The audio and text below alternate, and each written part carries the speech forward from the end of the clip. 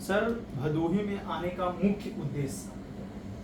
भदोही भारत का हिस्सा है, भदोही उत्तर प्रदेश का हिस्सा है और भदोही में विज्ञानवादी तर्कवादी बुद्ध के अनुयायी रहते हैं और उनको विश्व बौद्ध महासम्मेलन में आमंत्रित करने के लिए मैं भदोही में आया हूँ।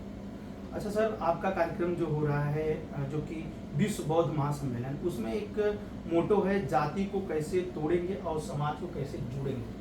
एक्चुअली बहुजन आंदोलन के लिए जाति इतना बड़ा कलंक है वर्तमान में कि जिन्होंने जातियां बनाई थी वो मजे काट रहे हैं और ये पढ़े लिखे नासमझ जाति खेल रहे हैं। इसलिए मैं अक्सर कर मंचों से कहता हूँ कि हम जाति रूपी गंदे नालों में रहते थे, बाबा साहब ने धक्का मारा, हमें समुद्र में डाला और हम समुद्र से निकलकर फिर गंदे नाले की बदबू लेने के लिए चले जाते हैं। अर्थात जाति बहुजन आंदोलन के लिए कलंक है, संविधान के लिए कलंक है, बुद्ध के लिए कलंक है और बहुजन समाज ज्यादातर इन्हें अपने ऊपर लाद करके घूम रहा है। इसलिए जब तक जाति खत्म नहीं होगी तब तक वो बुद्ध को, अम्बेडकर को नहीं समझ पाएंगे। जाति सर कैसे खत्म होगी? जाति खत्म होने का एक ही उपाय है कि हम जाति का अभ्यास करना बंद कर दें, जाति पर गौरव करना बंद कर दें, जातियों की चर्चा करना बंद कर दें। हम मनुष्य हैं और पाली भाषा में जाति का मतलब जन्म लेना है, ऊंची और नीची जाति नहीं है। ये ब्राह्मणों का षड्यंत्र है। सर, पूरे देश में बहुत सारे लाखों संगठन हैं, लेकिन जब देश में संविधान, संसद भवन के सामने संविधान की प्रतियां जलाई गई, लेकिन अगर जितने भी संगठन के अगर एक एक लोग भी खड़े हो जाते तो जिन्होंने संविधान की प्रतियां जलाई थी आज उस सड़कों के पीछे होते। आखिरकार इतने संगठन के लोग होते हुए भी, इतने संगठन के लोग होते हुए भी एकजुट क्यों नहीं हो पा रहे हैं? पत्रकार महोदय, मैं आपके प्रश्न का जवाब देता हूँ। स्वतंत्र भारत में मुसलमानों ने मदरसे बनाए, मस्जिदें बनाई। स्वतंत्र भारत में ईसाइयों ने कॉन्वेंट स्कूल खोले और चर्च बनाए, लेकिन बहुजन समाज के लोगों ने, हक वंचित समाज के लोगों ने, SC OBC माइनॉरिटी के लोगों ने सिर्फ संगठन बनाए, वो भी संविधान का नाजायज फायदा उठाकर। ये सत्य शोधक समाज को भूल गए, ये बुद्धिस्ट सोसाइटी ऑफ इंडिया को भूल गए, ये RPI को भूल गए। अपने आप को चमकाने के चक्कर में ये लाखों संगठन चला रहे हैं और ये संगठन इनकी अवनति का मुख्य कारण बन गया है। सर, विश्व बौद्ध महासम्मेलन का जो आपको इस वक्त क्यों जरूरत पड़ गई, ऐसा क्यों लग रहा है कि इस वक्त होना चाहिए? आप मिले हैं आज तो आपको आज लग रहा है कि मैं सम्मेलन कर रहा हूं। मैं पिछले 15 सालों से पूरे भारत में बौद्ध सम्मेलन कर रहा हूं। अब तक बड़े बड़े सम्मेलन हमने 10 किए हैं और लगभग 5 लाख लोगों को हमने बौद्ध बनाया है, संस्कारों से बौद्ध बनाया, विचारों से बौद्ध बनाया है। और ये जो गोरख कह सकते हैं प्रयागराज का जो बौद्ध सम्मेलन है, ये सम्राट हर्षवर्धन के बाद पहला विश्व बौद्ध सम्मेलन है जिसमें पूरी दुनिया के लोग आ रहे हैं। 2012 में आपको थोड़ी सी आपकी कहानी को हम पीछे लेके चलते हैं, जो वो 2012 में आपके ऊपर हमले हुए। अच्छा, उस वक्त आपके कौन से ऐसे बयान थे जिन बातों को लेकर लोग आपके ऊपर ऐसे हमले किए और उसका फिर आपने कैसे जो है कि आप कहा जाए कि सामना कैसे किया? देखिए, जो बहुसंख्यक समाज है भारत में और एक अल्पसंख्यक समाज भारत में है, जिसे हम बहुजन कहते हैं, दूसरे को हम दुर्जन कहते हैं या अल्पजन कहते हैं। आज दिन तक का रिकॉर्ड है हमारा कि हमने जितने भी आंदोलन किए, सामाजिक धार्मिक कार्य किया है, कभी असली दुश्मन ने हमला ही नहीं किया।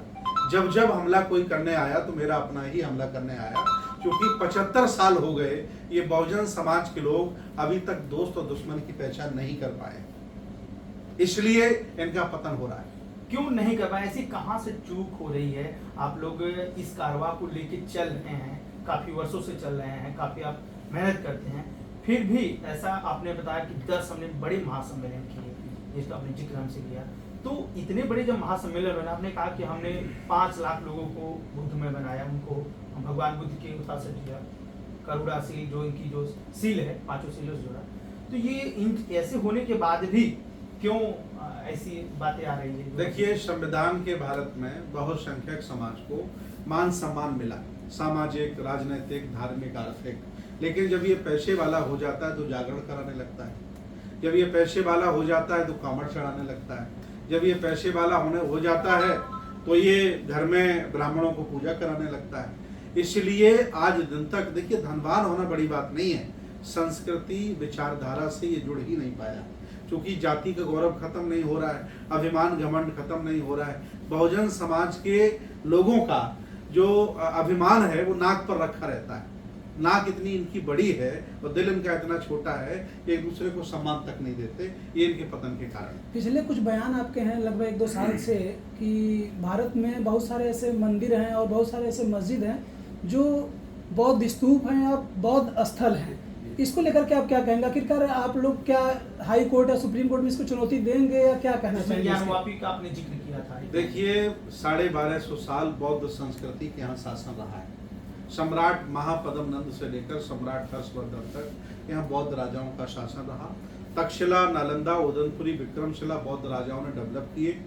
मैं ये बता दूं आपको कि जितने भी हिंदुओं के बड़े बड़े मठ हैं, चाहे वो बद्रीनाथ हो, चाहे वो केदारनाथ हो, और चाहे वो तिरुपति बालाजी हो, चाहे वो जगन्नाथपुरी हो, ये बौद्ध मठों के ऊपर इन्होंने बनाए।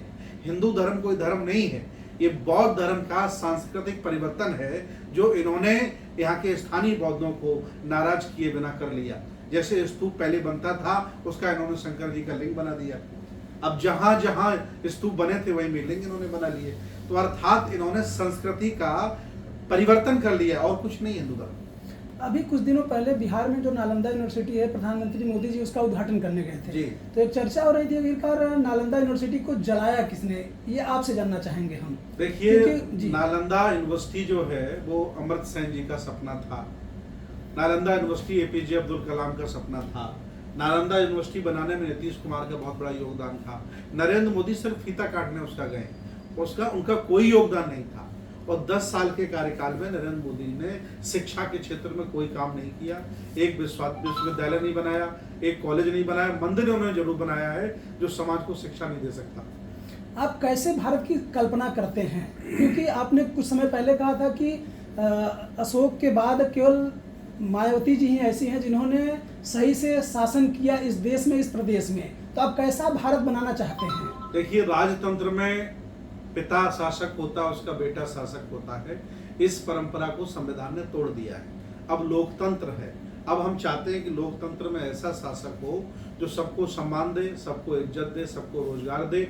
और ये अलग अलग रंगों का भारत है, अलग अलग प्रथाओं का भारत है, अलग अलग भाषाओं का भारत है, उसकी सुरक्षा हो।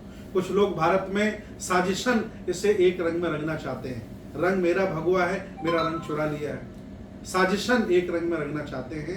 ये भारत के खिलाफ है, संविधान के खिलाफ है, लोकतंत्र के खिलाफ। अच्छा, आपको क्या लग रहा है कि जो बाबा साहब का जो संविधान है उसी के आप कहा जाए कि बदौलत लोग आज पार्लियामेंट जा रहे हैं, लोग विधानसभा में जा रहे हैं और उसी के आरक्षण से लोग संसद और ये सब बन रहे हैं, फिर भी ये इसको बचाने का प्रयास क्यों नहीं हो रहा है? उनसे जिनसे लोगों की उम्मीद है जो उनसे जा रहे हैं।